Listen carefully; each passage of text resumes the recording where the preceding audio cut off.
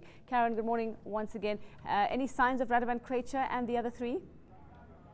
No, they have arrived. They were bought both separately in two very tightly secured police motorcades. We know they're on side. We have confirmed with Radovan Krejcir's lawyers that he remains in a hospital being treated for so-called renal complications. And as we understand, they are currently being held in the police cells at the court behind me. Karyn, are we expecting a bail decision today?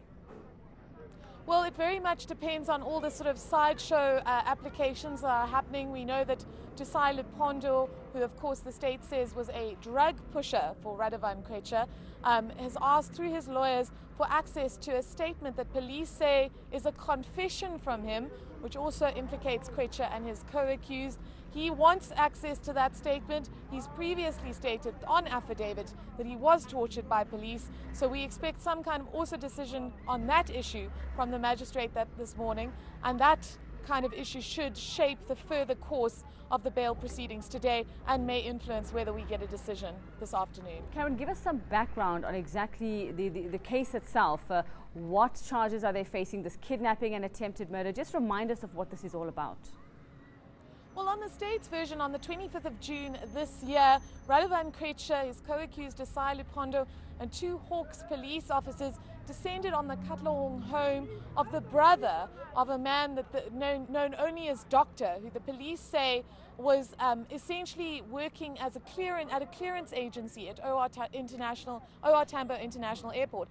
Now, this doctor's job was essentially to ship narcotics overseas to Australia. Apparently, he was given a huge amount of crystal meth to ship to Australia, worth about 24 million rand. And on the police's version, he disappeared with those drugs. Radovan Krejcir, they say, was infuriated. He got Desai Luphondo and his two police co-accused to go and track down the brother of this doctor. They found the brother and they proceeded to torture him for 4 days after he told them that he hadn't seen his brother for 3 to 4 weeks. The police say that Radovan Krejcir poured boiling water over this man. They also state that he was tortured at the Money Point facility, which of course, Uveka, we know was bombed a few weeks ago. So a very, high profile kind of scandalous case, but the state's struggling to answer as to why, if this huge drug deal was involved, which of course would carry with it significant sentences if proven, the state has chosen not to include any drug charges in its indictment against Radovan Krejcir. All right, we'll wait and see and catch up with you a little later on. That was eNCA reporter Karyn Maughan. News that moves. eNCA.com.